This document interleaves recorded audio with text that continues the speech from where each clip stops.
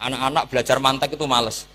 Yang bisa digo ngakali, jadi tidak untuk hujah ilmiah tapi untuk ngakali.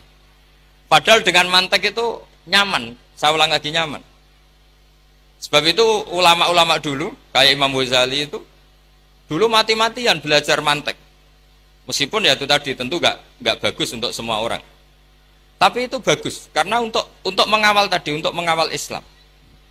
Misalnya begini, saya pernah ditanya, Pak Bahak, kenapa Islam itu menghalalkan ghanimah? Kok Islam kayak penjahat perang gitu ya, sudah musuh kalah, hartanya diambil. Persenjataannya hartanya diambil. Terus saya tanya, andai kan ada garong ke rumah kamu, kemudian pistolnya tertinggal, apa kamu bilang monggo dipendet malih nih gadane jenengan gitu? Apa kamu sita? Oh ya saya sita Pak, nanti dipakai garong lagi. Ya kira-kira seperti itu. Kalau orang kafir senjatanya dikembalikan akan dipakai lagi. Jadi dulu selalu harus ada analogika, ada analogi.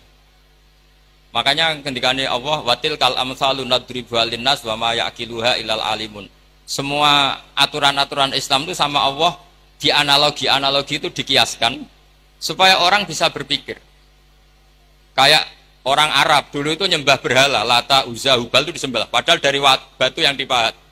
Dari batu yang dipahat. Terus Nabi memberi contoh itu begini. Daraba wa masalar rajulaini ahaduma abkam la yaqdiru ala syai'in wa huwa kallun ala maula. Ainama yuwajjihu la ya'ti bi khair. Nabi bikin analogi gini, wahai para orang Arab, kalau saya punya pembantu yang buta, sudah buta, nggak bisa ngomong, abekam, bisu. Mau nggak pembantu saya tak kasihkan kamu? Kata. Wah ndak, Muhammad tuh merepotkan. Bagaimana bisa bantu saya? Dia buta, dia bisu. Terus, kamu nggak mau Muhammad. Terus berhala kamu yang kamu sembah itu kalau tangannya protol itu yang dadani siapa? Ya saya. Kalau kotor yang bersihkan siapa? Saya. Terus Nabi Muhammad bilang gini, untuk jadi pembantu saja orang seperti itu kamu nggak mau. Masa kamu jadikan apa tuh? Tuhan. Wong Tuhan kok ngerepoti? Mestinya Tuhan itu pantasnya direpoti, dimintain.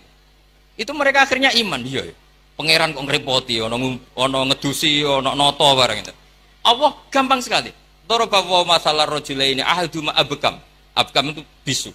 La yaqdiru ala syai'in, tidak mampu melakukan apa-apa. Wa huwa kallun ala maula.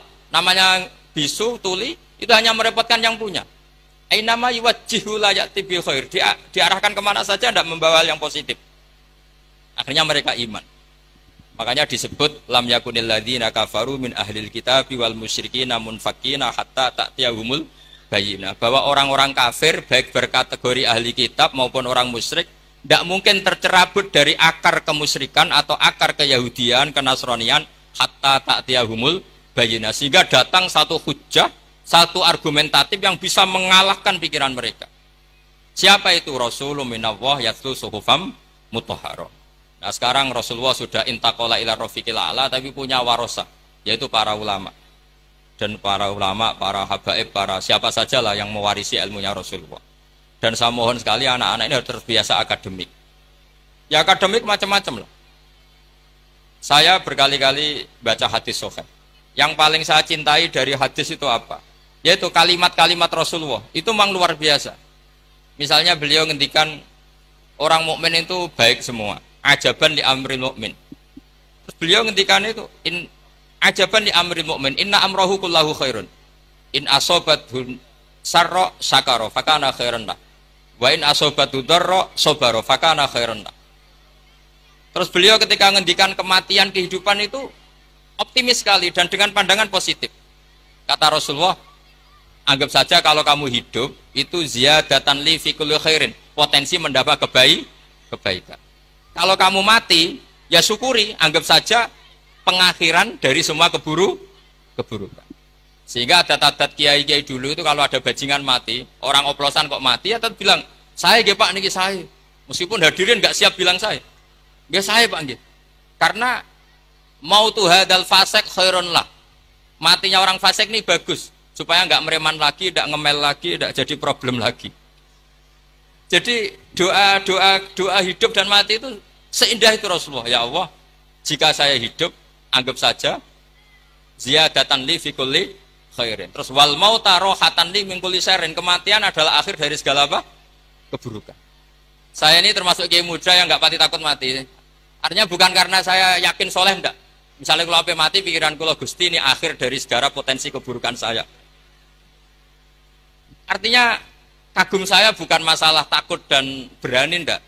Keilmian Rasulullah Shallallahu Alaihi Wasallam. Betapa mudahnya Nabi melihat sesuatu itu positif. Hidup dianggap tadi ziyadatan lana fi kulli khairin. Kalau kematian anggap saja rohatan lana min kulli syarri. Jadi mudah sekali Rasulullah. Nah ini menurut saya kefatonahan yang harus diwaris kita semua. Ya ngoten mawon. Assalamualaikum warahmatullahi wabarakatuh.